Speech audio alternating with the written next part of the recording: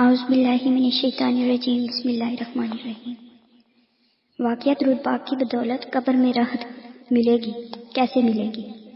حضرت احمد بن ثابت مغربی قدس سرہ نے فرمایا، میں نے خود درود پاک کی برکتیں دیکھی ہیں۔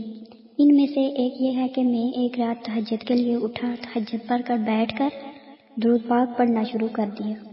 پڑھتے پڑھتے مجھے اونگ آ گئی تو میں نے دیکھا کہ ایک شخص کو فرشتے پکڑے ہوئے گھسیٹے لے جا رہے ہیں، جس کے گلے میں توق تھا، گدک کا لباس جو کہ ٹہنوں تک تھا پہنا ہوا ہے، اور وہ بڑے جسم والا، بڑے سر والا آدمی تھا۔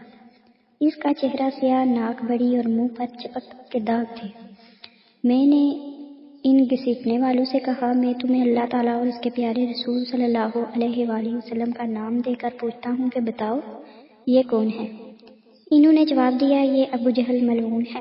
تو میں نے اس سے کہا، اے خدا تعالیٰ کے دشمن، تیری یہی سزا ہے اور یہ سزا اس کی ہے جو اللہ تعالیٰ اور اس کے رسول مکرم صلی اللہ تعالیٰ علیہ وآلہ وسلم کے ساتھ کفر کرے۔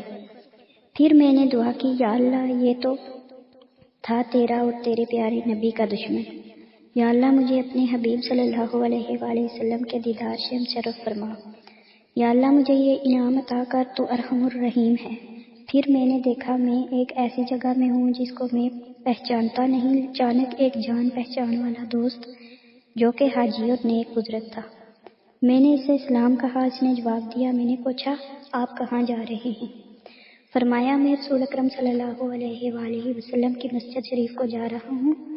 میں بھی اس کے ساتھ ہو لیا۔ ایک گھڑی گزری تھی کہ ہم مسجد نبوی شریف میں پہنچ گئے تو ساتھی نے فرمایا، یہ ہے ہمارے آقا صلی اللہ علیہ وآلہ وسلم کی مسجد مبارک۔ میں نے کہا، یہ تو حضور صلی اللہ علیہ وآلہ وسلم کی مسجد ہے، لیکن مسجد والے آقا کہاں ہیں؟ اس نے کہا، ذرا صبر کرو، ابھی حضور صلی اللہ علیہ وآلہ وسلم تشریف لانے والے ہیں۔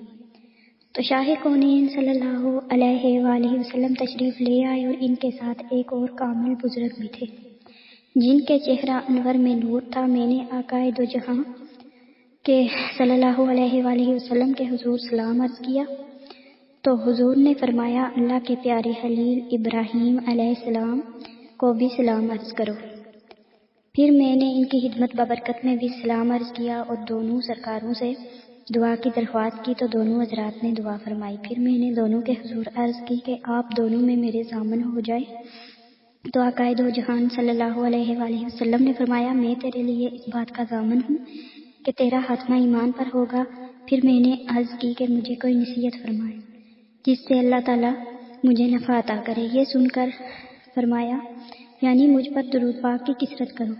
پھر میں نے عرض کیا، یا رسول اللہ، جب میں درود پاک پڑھتا ہوں تو کیا آپ میرا درود پاک سنتے ہیں؟ تو فرمایا، ہاں سنتا ہوں، اور تیری مجلس میں ملائکہ مقربین بھی آتے ہیں۔ پھر میں نے عرض کی، یا رسول اللہ آپ میرے ضامن ہو جائیں۔ تو فرمایا، تو میری ضمانت میں ہے۔ میں نے عرض کی، حضور صلی اللہ علیہ وسلم میرے متوسلین کے بھی ضامن ہو جائیں۔ فرمایا، میں ان کا بھی ضامن ہوں۔ میں نے عرض کی، حضور صلی اللہ علیہ وسلم میں فلاں بھی ہیں؟ فرمایا، وہ نیکوکاروں میں سے ہیں۔ پھر میں نے اپنے شیخ کے متعلق عرض کی تو فرمایا، وہ اولیاء اللہ میں سے ہیں۔ پھر میں نے عرض کی، یا رسول اللہ، میں چاہتا ہوں کہ حضور ان سب کے ضامن ہو جائیں جو میری اس کتاب کو پڑھیں جو میں نے درود پاک کے متعلق لکھی ہے۔ فرمایا، میں اس کتاب کے پڑھنے والوں کا اور جو اس میں مترجہ درود پاک پڑھنے والے ہیں سب کا ضامن ہوا، اور تجھ پر لازم ہے کہ تو اس درود پاک کو پڑھے اور کثرت کرے، اور تیرے لیے ہر وہ نعمت ہے جو تو نے سوال کیا۔